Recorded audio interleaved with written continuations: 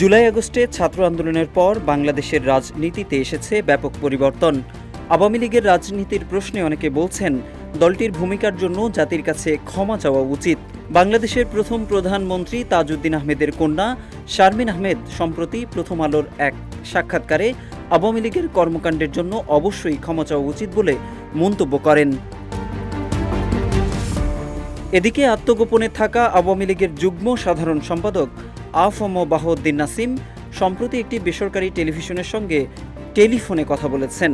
বাহাউদ্দিন নাসিম বলেন, প্রকৃতপক্ষেই তারা যদি ভুল করে থাকেন অথবা অন্যায় করে থাকেন, সেই অন্যায়ের জন্য জাতির কাছে ক্ষমা চাইতে কোনো আপত্তি বা গোঁড়ামি তাদের ভেতরে কাজ করে না। তবে যখন আওয়ামী লীগের ক্ষমা চাওয়া না চাওয়া নিয়ে আলোচনা সমালোচনা হচ্ছে দেশ জুড়ে, তখন সম্প্রতি নিয়োগ পাওয়া সংস্কৃতি বিষয়ক উপদেষ্টা আওয়ামী লীগ ক্ষমা চায়নি, তাদের পাল্টা জবাব দেওয়ার কথা বলেছেন। ২১ নভেম্বর বৃহস্পতিবার সচিবালয়ে নিজ দপ্তরে আয়োজিত এক সংবাদ সম্মেলনে এ মন্তব্য করেন উপদেষ্টা মুস্তফা সরওয়ার ফারুকী। একই সময়ে তিনি জুলাই আগস্টের অভ্যুত্থান নিয়েও কথা বলেছেন। একমাত্র ওয়ালটন এসি দিচ্ছে ১ বছরের রিপ্লেসমেন্ট গ্যারান্টি। এদিকে মন্ত্রণালয়ের দৈনন্দিন কাজের বাইরে দেশব্যাপী প্রতিভা সন্ধানসহ ৭টি অগ্রাধিকার কার্যক্রম ঘোষণা করেছেন অন্তর্বর্তী সরকারের সংস্কৃতি উপদেষ্টা। রিমেম্বারিং মনসুন রেভলিউশনের ব্যাখ্যায় ফারুকী বলেন, এর মাধ্যমে জুলাই আগস্ট বিপ্লবের গল্প শোনানো হবে। একই সঙ্গে বিগত সরকারের ১৫ বছরের নির্যাতন ও দুর্নীতির গল্পও শোনানো হবে। ডিজিটাল ওরাল হিস্ট্রি প্রকল্পের অংশ হিসেবে একটা বৃহৎ ডিজিটাল আর্কাইভিং করার কথাও জানান উপদেষ্টা। রিমেম্বারিং মনসুন রেভলিউশনে যে লাখো মানুষ যুক্ত হয়েছে, তাদের অংশগ্রহণের ইতিহাস ভিডিও ক্যামেরায় রেকর্ড করে সংগ্রহ করে সেগুলো প্রচারের কথাও জানানো হয়।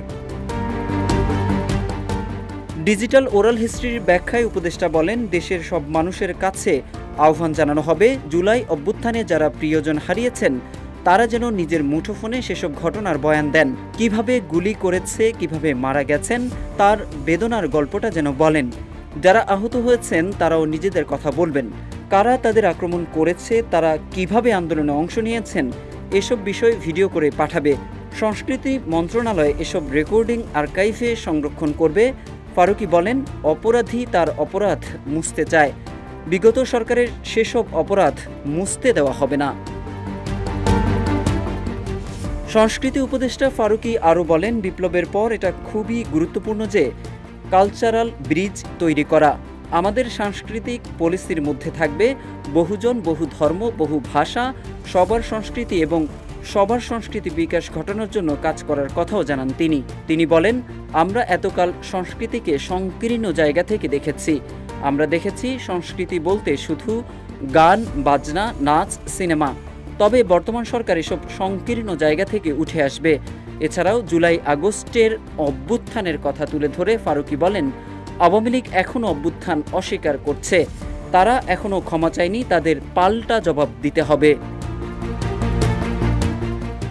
এদিকে অনেকটা চমক দেখিয়ে অন্তর্বর্তী সরকারের উপদেষ্টা পরিষদে জায়গা করে নিয়েছেন চলচ্চিত্র পরিচালক, চিত্র নাট্যকার ও নাট্য নির্মাতা মোস্তফা সরওয়ার ফারুকী। তবে তাকে নিয়ে সামাজিক যোগাযোগ মাধ্যম ও বিভিন্ন মহলে আলোচনা সমালোচনা হয়েছিল বেশ।